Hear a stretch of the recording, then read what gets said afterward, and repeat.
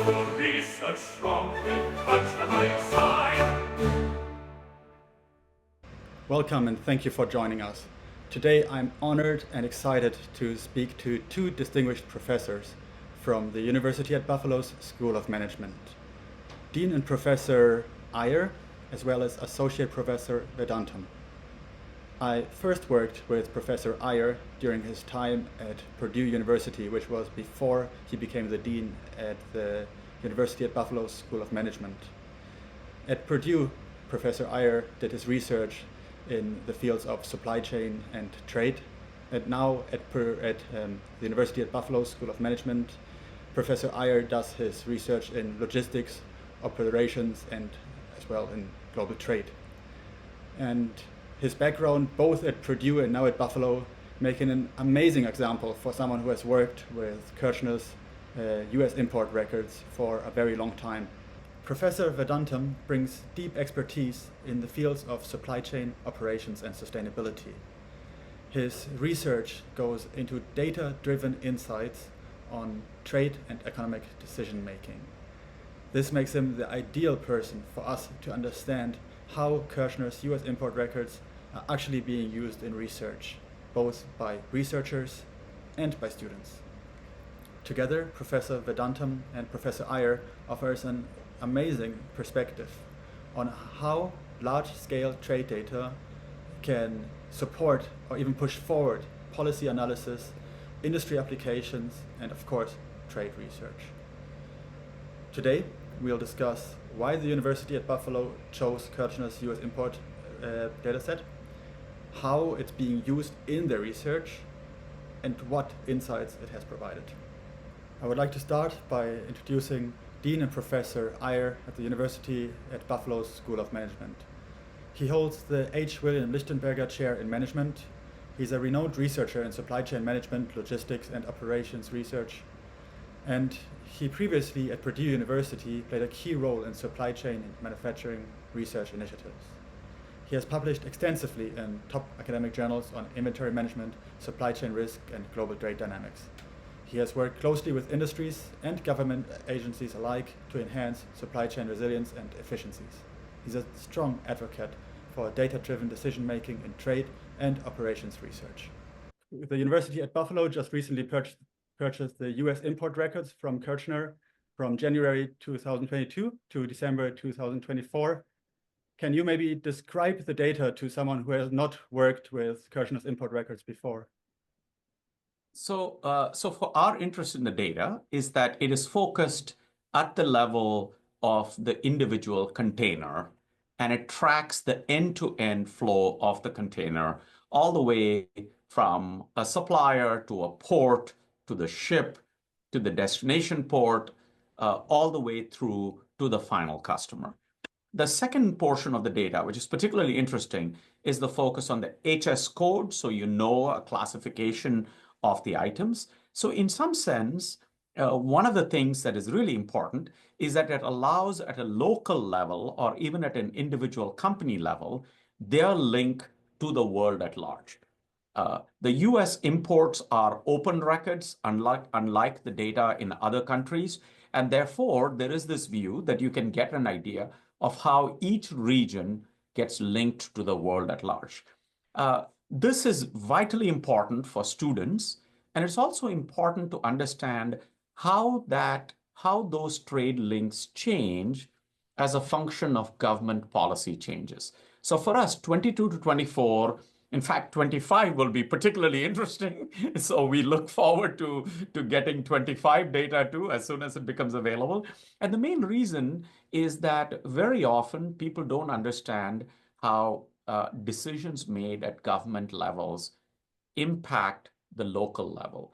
And it's this global-local connection that's vitally important for researchers and students to know. So that's one of the reasons we're excited to be working with this data set. How far do you go down? Like you've been mentioning that you can see the impact of policy changes down to the individual container.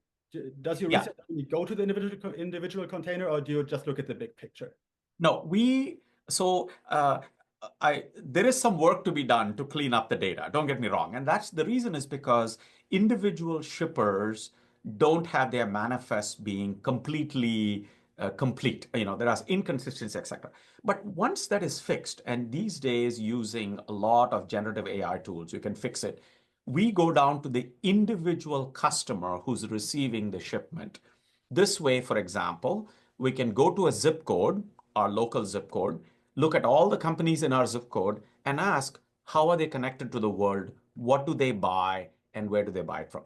This is important for us because one of the questions that we ask is, if there is a local company that's producing a product, and that local company understands who else in that region is buying products with that HS code, it's a simple thing for them to go to those companies and say, I can provide you these services and I can be your backup supplier. So there is a trade impact which is far more local.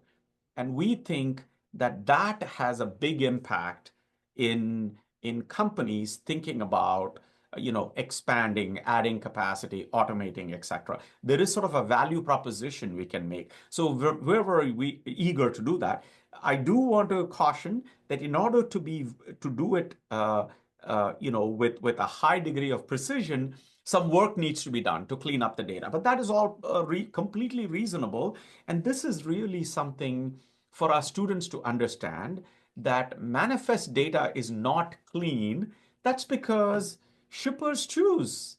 So therefore, some judgment is required, and there's actually learning in that judgment. So we think, yes, so back to the question, we're really down to the individual customer. We're also thinking about somebody who is buying a particular component.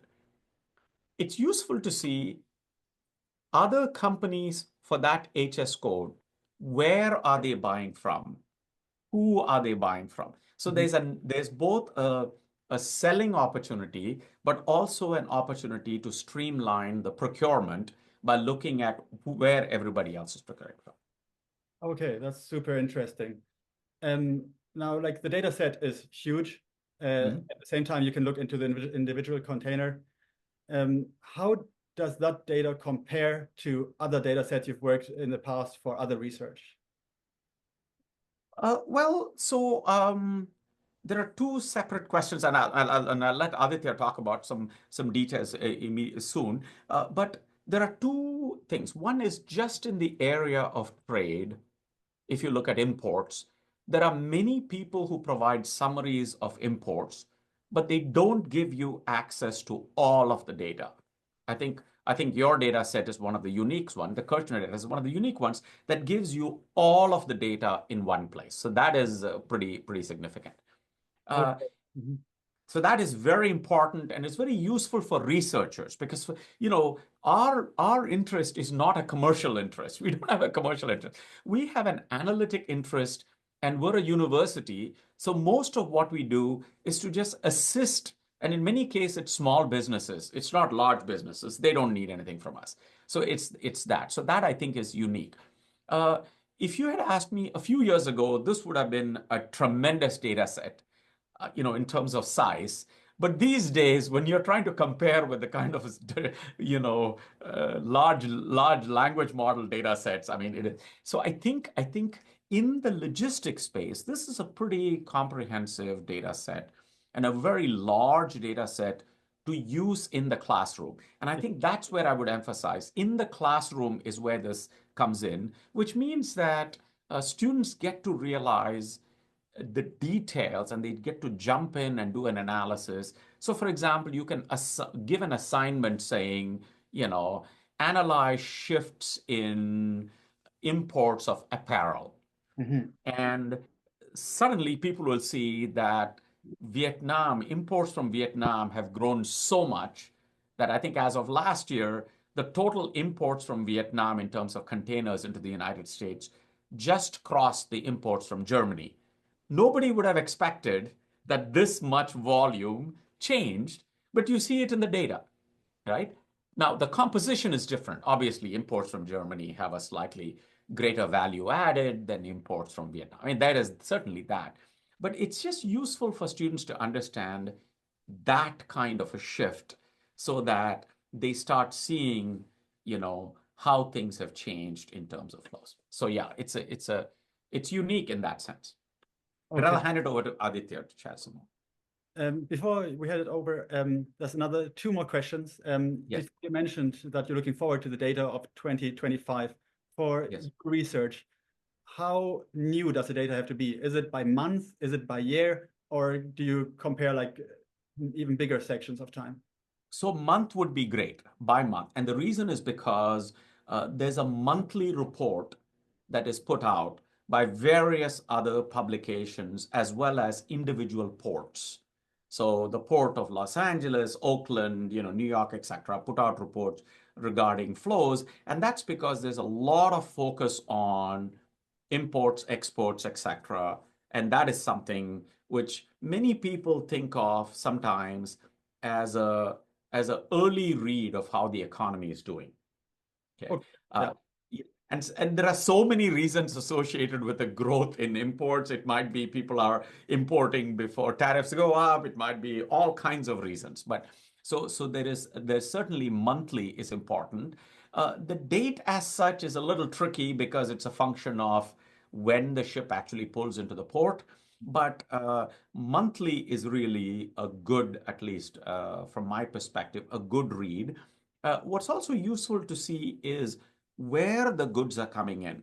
So, uh, there was this period when the prices in the Panama Canal went up, or there was issues with respect to the Suez Canal, and you had to go through the Cape of Good Hope. There were a lot of shifts in where the imports were coming in when potentially strikes were being announced by longshoremen in one side or the other side, or strikes. So it's useful for us to see at the monthly level because a lot of the events are happening more at a smaller granularity. But within that, the distribution of where the end product is ending up in different states, that's also very useful information. So month granularity at the state level and the ports at which the flows are coming in and the countries from which they're coming to the ports. Those are some important pieces of information.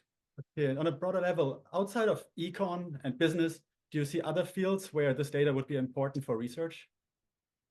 Um, so it's, as I mentioned before, economic development, giving local companies an idea of the opportunities available, that I think is important.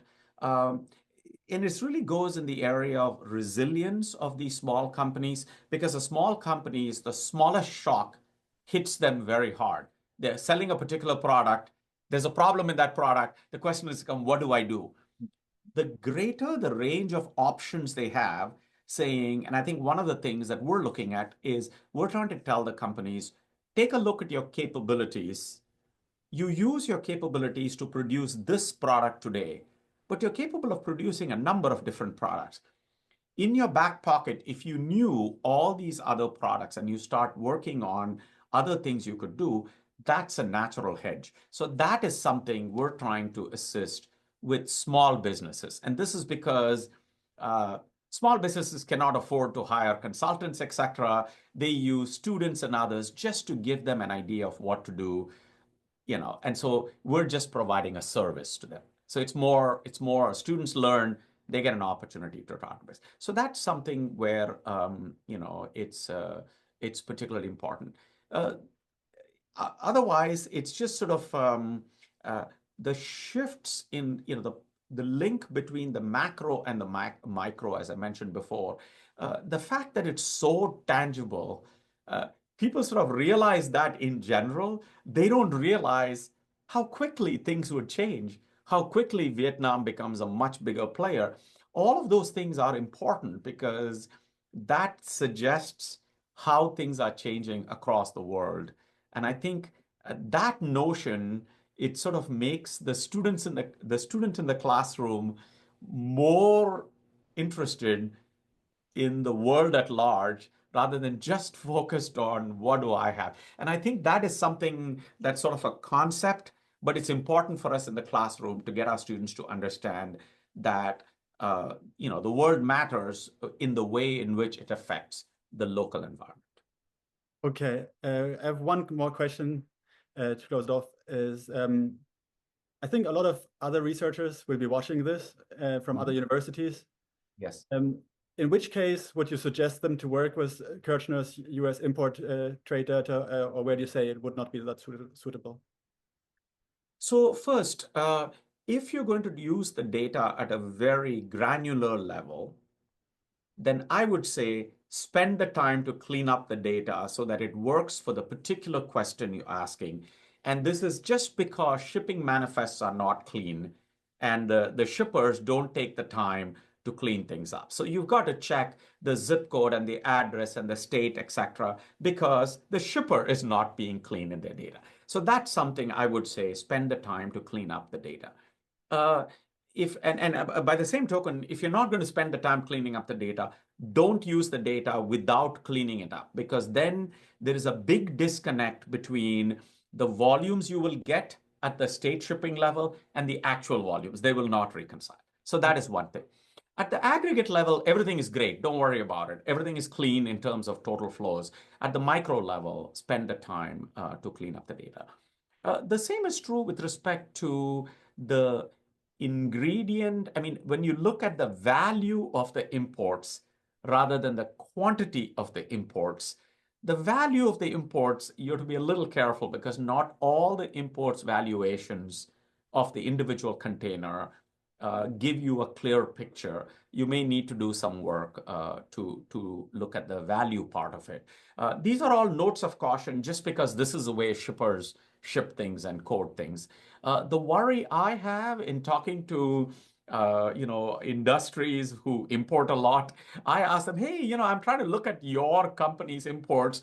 Supposedly, and this is the part I'm not sure, certain companies ship to a distributor, or a third-party logistics person before it goes to the customer. So a lot of the shipments to Walmart, you may not be able to reconcile because there are intermediaries in between, or they basically request that their data be cleaned out of the shipping manifest. So these are little details. I would say don't use the data blindly. Be aware of all of these things and correct for them before you use them. Otherwise, this is a great way to see the world at work, and how that can be used within research is an open question. But that's what I would say. For the details, spend the time to clean it up and understand that the data is this way. But for the aggregate, it's a great way to understand what is going on and to also check the conclusions that are being drawn. So this is very important at the national level here. In the US, every month there's a report that comes out, and there's a lot that's read into. And it's important to see, can we see whether the numbers we have in the data track the numbers that are there? Mm-hmm. And you get to see where the gaps are and so on and so forth. Interesting. Finally, during COVID, when there was this holdup in the ships and so on and so forth, it's really, or even during when the ship was stuck in the Suez Canal, or there was a drought in this thing, taking those events and seeing how those events affect the flows is a great way for people to understand the impact of those shifts. Oh, yes. Professor Iyer, thank you so much for your insights. Thank you. Thank you. Next, I would like to introduce to you Associate Professor Aditya Vedantam. Professor Vedantam is at the Department of Operations Management and Strategy at the University at Buffalo's School of Management. He specializes in sustainable operations, supply chain management, and decision sciences. His research focuses on the intersection of sustainability, economics, and operations strategy.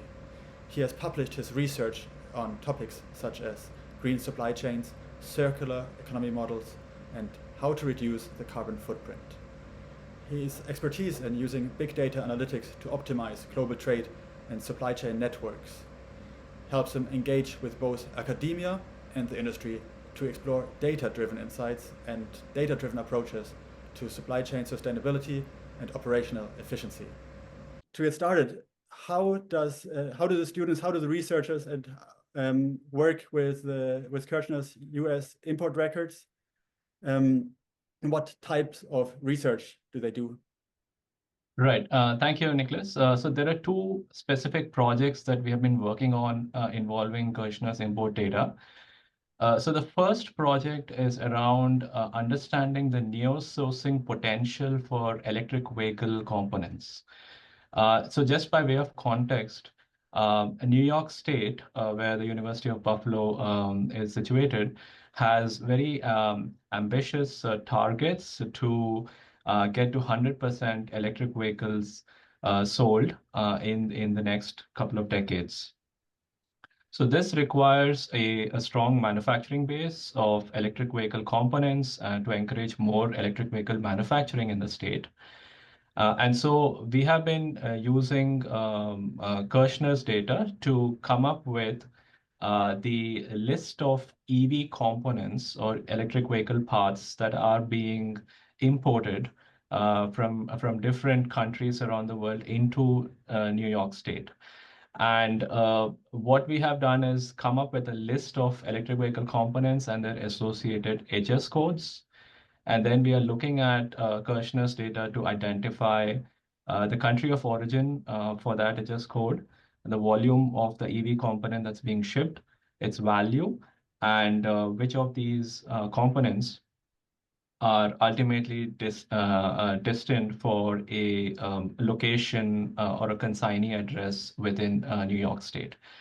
So this project is aimed to help us understand the potential for a neo-sourcing, and that would lead to the economic benefit that Dean Iyer mentioned, where you would have companies in New York State get potentially tax benefits from manufacturing those components here rather than importing them, as well as create a more resilient and more a less risky supply chain, particularly for clean energy.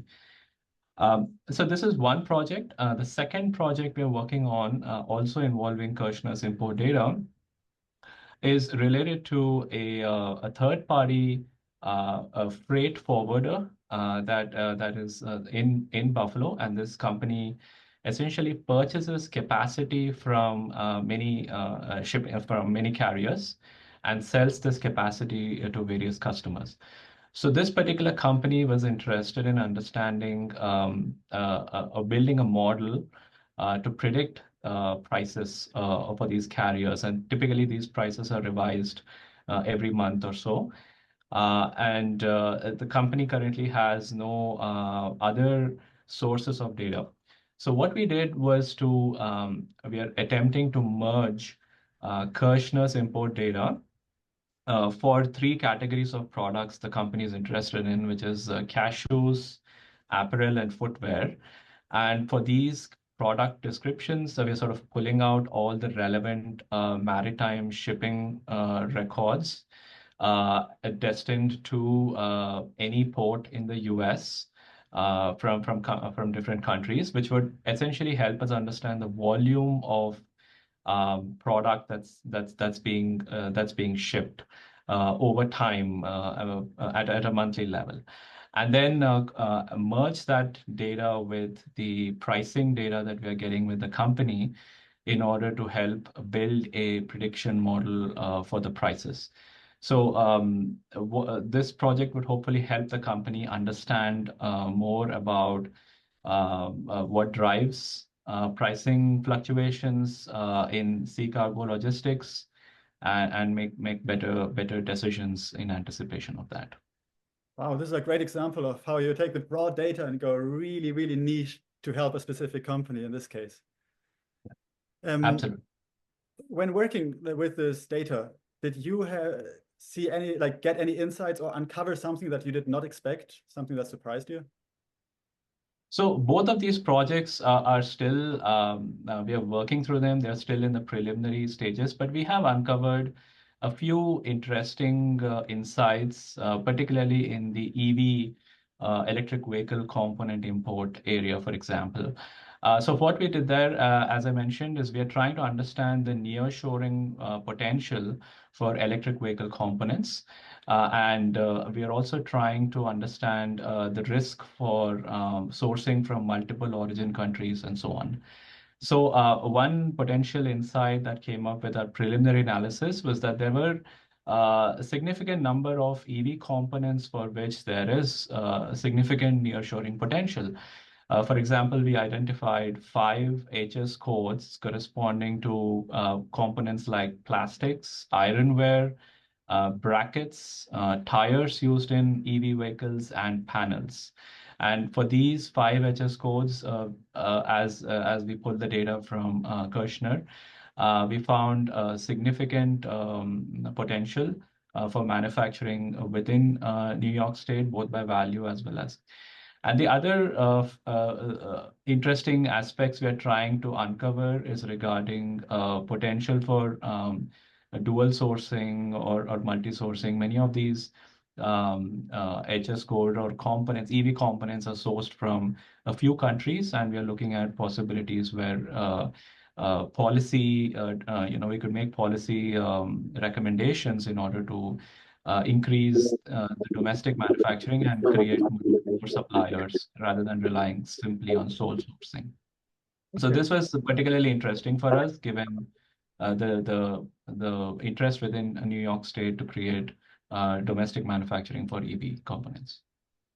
And what does it look like from the perspective of a student? I think, like, for an experienced researcher, it's still quite tough to navigate this data set, but what is it like for a student? Right. So we have a number of students who have been working on this data set for the last couple of months, and as Ananth said, these are shipping manifests, and so these there is a lot of missing data and sometimes inconsistencies that students would have to work with. So data pre-processing and cleaning the data is a very essential first step before conducting any research or using the data set. So the data set itself is semi-structured. As I mentioned, it's significant. It's very large with a lot of rows and millions of transactions which are being captured in there. One of the issues the students have been facing was the number of columns, for example, in the 2024 data set is different from the number of columns in the 2022 and 2023 years. So having to reconcile that is important. Secondly, even in all of these years, there are some columns where there are missing values. Then there are also columns where there is NA value, so N/A, as well as zeros and sort of blanks, as I mentioned. So for these, the students are trying to impute the missing values based on some cross-validation from other columns. For example, sometimes, let's say, the shipper name is present, but the shipper address or the other shipper information is missing, but this is only in a few rows. So in which case, the students are trying to see if we can gather that data from the other rows where the data is present and sort of impute the data in some sense and validate the data accordingly. So these are some of the issues that they're facing. But I think for the most part, the data set is incredibly useful and gives a very comprehensive picture of our research agenda.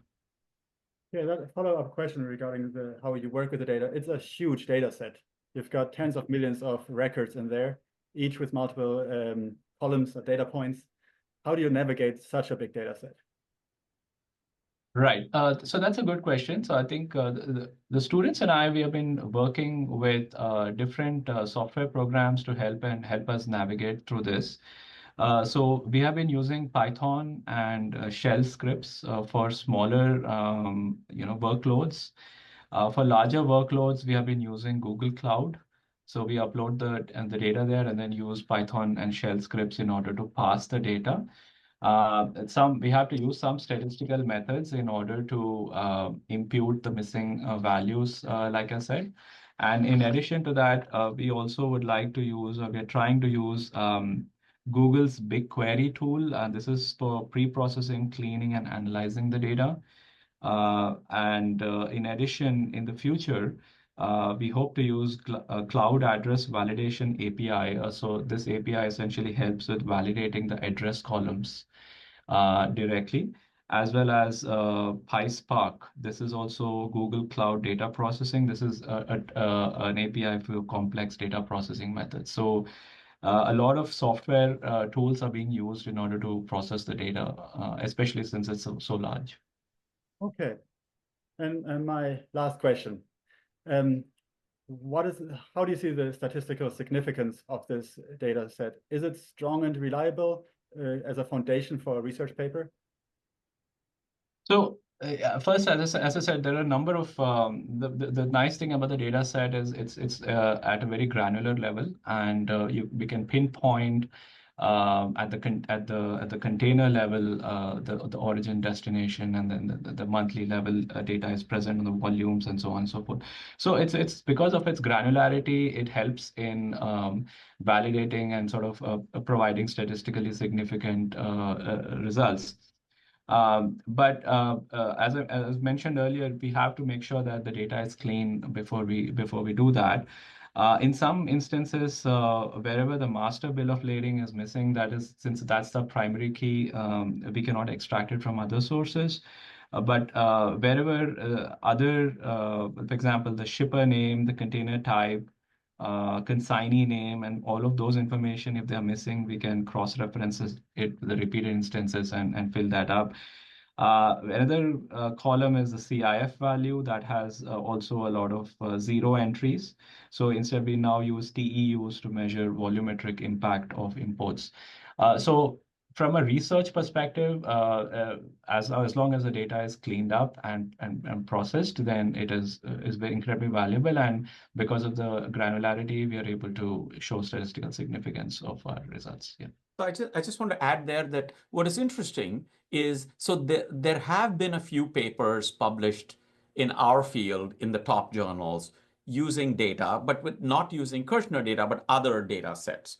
An interesting question is this question regarding supply chain resilience. When constraints get added, tariffs or frictions or others, the system readjusts. And when it readjusts, you have to look at the second order effect, not just a first order effect. So, just because you increase the tariffs doesn't mean you're going to collect that much tax. Because when you increase the tariffs, everything readjusts and it comes in other ways. So how things adjust is really important to understand. And that's actually an interesting research question. So, just if you look at trading partners for the US, when there was friction between the US and China, Mexico became a very large trading partner. And you said, well, what happened in Mexico? Well, you can just set up a factory in Mexico and ship from Mexico. You're just crossing the Mexican border. So it's not, so this is logical, and logical things happen, but fairly quickly. I think that is the part that is really interesting, which means that the world is a lot more fluid and it's not stuck one way or the other. Things adjust very quickly. How quickly is really a metric that is worth understanding. So yeah, I agree with Aditya that as you clean it up, it's a foundation for a lot of analysis. In our own school, we're setting up something called a data theater where we would have screens to. So my view is that we would take this data and feed it to this data theater and have students see all of the flows coming from everywhere and how things change, so that when a faculty member teaches a class, it becomes very visual for the students, and then they can be on their keyboards analyzing the data, etc. So we're hoping to actually have it as a building block in the classroom. That's our focus. It's really the education part of it. And I think that as we develop tools to allow this to happen, we would love it if you took these things and told the world about it so they get the data from you. And we would be, we're a university, we have no commercial interest. We would love to tell people how they can use it in the classroom. They can get the data from you and use it, and that would be wonderful. Thank you so much. This has been incredibly insightful. Thank you so much to both of you, Professor Iyer, Professor Vedantam. It was really interesting to see like the whole backstory of how you got the data, how you see the data, and then also how the data is being used in research with actual examples. It's like, since I just work like we trade the data, but so seeing how it's actually used at the university is super interesting. For those watching and interested in learning more about the data, please reach out to me or to the Kirchner team. Thank you again, Professor Iyer, Professor Vedantam, for your time and for the valuable insights. Thank you, Nicholas. It's been wonderful working with you, and we look forward to continued collaboration for the 2025 data and beyond. I look forward to that too. Thank you. Thank you. Bye-bye. Bye.